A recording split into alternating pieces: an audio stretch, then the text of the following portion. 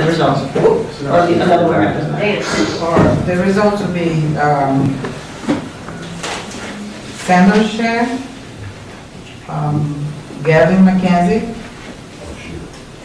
Michael Redmond, Clayton Dingle, Louis Rogers, and alternates to have Opie Tejeda and Eli Russell. What are we going to read the votes? Yes, please. Mayor Truckman is Clayton Dingle, Opie Tejeda, Gavin McKenzie, Francisco Mejido, Michael Redmond, Louis Rogers, and Eli Russell. Vice Mayor Tudor, Lauren Caban Lauren Caban, Opie Tejeda, Gavin McKenzie, Francisco Mejido, Michael Redmond, Louis Rogers, and Sandra Chair. Commissioner Butte, it's Clayton Dingle, Gavin McKenzie, Francisco Mejido, Michael Redmond, Louis Rogers, Eli Russell, Sandra Chair. Commissioner Johnson Sadea is Laura Caban, Clayton Dingle, Opie Tejeda, Michael Redmond, Louis Rogers, Eli Russell. And Commissioner Ross, Lauren Caban, Opie Tejeda, Gavin McKenzie, Eli Russell, Sandra Chair. Thank you. Okay, we're request for placement on the next meeting's agenda. Are there any at this time? I want to make sure that we bring back the discussion of solicitation and hiring village attorney. Okay. Anybody else? Okay. The attorney report. No report. Do a discussion item on moving. Never mind. I'll withdraw. Manager's report. Okay, and this month we put in our Tree City application that was delivered, and so we will be applying for our Tree City certification again. The security cameras were installed. Those were from the FDLE grant, and we'll be submitting the grant deliverable reimbursement in the next week. Additionally, the hurricane preparedness presentation we've got scheduled for Saturday, May 12th, starting at 10 a.m. and it will be here in the log cabin. With FEMA's response, FEMA came back to us this week and had some questions. We responded to them. It was regarding the cost for H2O, our DAC, and we responded to them as to why they cost what they cost and so forth. We are at the CRC level with our reimbursement, and we're waiting to hear from them. As soon as they approve us, then it goes from there to the state, and then the state takes however long they take to get us a check. But it is continuing to move forward. The audit is on schedule, if not ahead of schedule, and so we're continuing to work on that. It's been a lot of talk about a newsletter, and we bought some additional software, and I've turned that over to Issa to prepare. And so he's going to start working on that. We anticipate our first issue will be ready in early June, and we'll be reaching out to the commission to write articles as well. Commissioner Bilt and I met with Jim Wolf, the district supervisor for FDOT, and we were exploring options for 6th Avenue. We've already seen the FDOT folks out there, just taking some measurements and doing different things. Just to be clear for everybody, FDOT is Florida Department of Transportation, just in case they don't know. I'm sorry? Florida Department of Transportation. Florida Department of Transportation. So we'll be working with them, hopefully moving forward to find some solutions to traffic calming on 6th Avenue or sidewalks or something along that line. We actually we gave them our ideas and told them to come back with their ideas as well. And then we can take a look at that and see what's possible. The stop bars at each stop sign in the village are going to be repainted by the county. We're providing the county a list of stop bars that are in need of that, which is pretty much everyone in the village.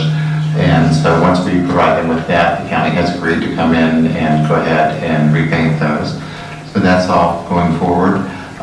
There's a public space challenge that the Miami Foundation offers, and it's an opportunity for a grant from them. And we have, through the rec center, requested that they consider us for some outdoor elliptical equipment to sort of start out, provide a course around the rec center. And that's the top line on what we've been doing this month. Also, with Vice Mayor Tudor, we've looked at a company called Nixle, and they provide a communications method that we can utilize. It's opt-in for cell phones, but we can do push text messaging. It would be very good to have in the event of a hurricane. Miami Shores is currently using it, and my understanding is they've had that with great success.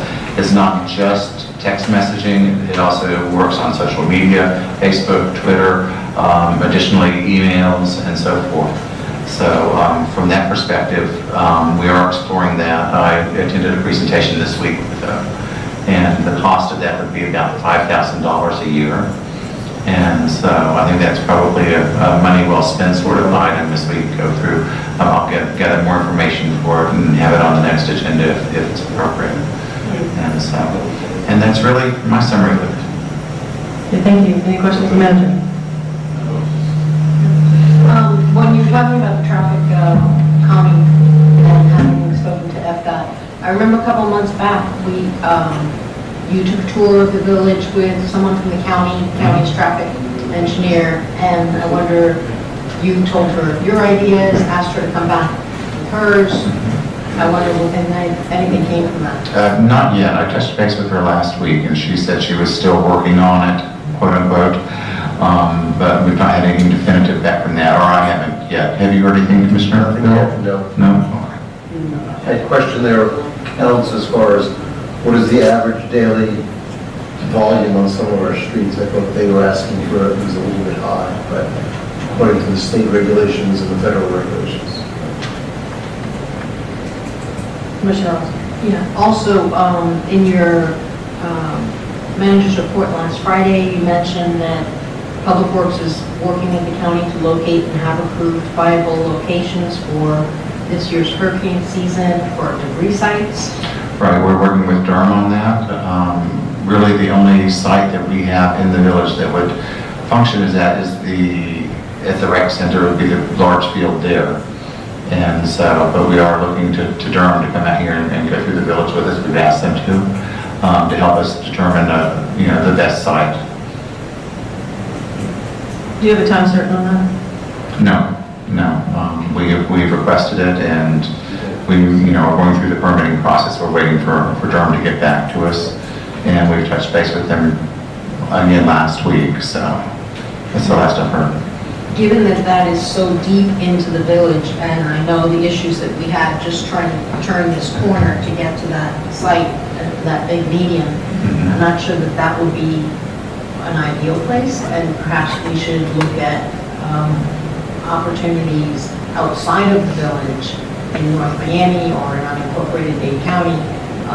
There is vacant land that there might be an arrangement made with that landowner for a lease that would be triggered when there's a storm event. I think we should look at those opportunities, because having a big trash pile in the middle of our village, the park where a lot of kids and people go after a storm, I think would be, and to have trucks going in and out of that area, I think would be. Well, I agree, it's not optimal, and that's why we didn't use it last year, for those very reasons. I will continue to search for better locations. That rec center will never be my first choice, but at this point it's the only large vacant space of land that the village owns within the village. We can continue to look outside of the village now, and I'm all for that. I think that would be a great solution. And so I'll be happy to do that. I definitely think you should explore those opportunities. Okay. There's no committee reports at this time. Any other commissioner comments? I guess when Christian and I did speak with FDOT, I was rather impressed because we spoke to them on Friday, Monday morning, they were out here looking at 6th Avenue. I just want to put a shout out to our lobbyists who helped set up that meeting. One of the reasons we were able to keep it such a high level person left out was because of Dave Caserta. He was kind enough to set the meeting up. I know he's also working on some county avenues as well, to look at some of our county roads, Griffin in particular, to see what he can do for help with that, and also looking for funding for us to try and alternative funding since the governor cut the $915,000. So hopefully he'll be able to find some avenues to get some money. I know he's working on that for us. Any other comments?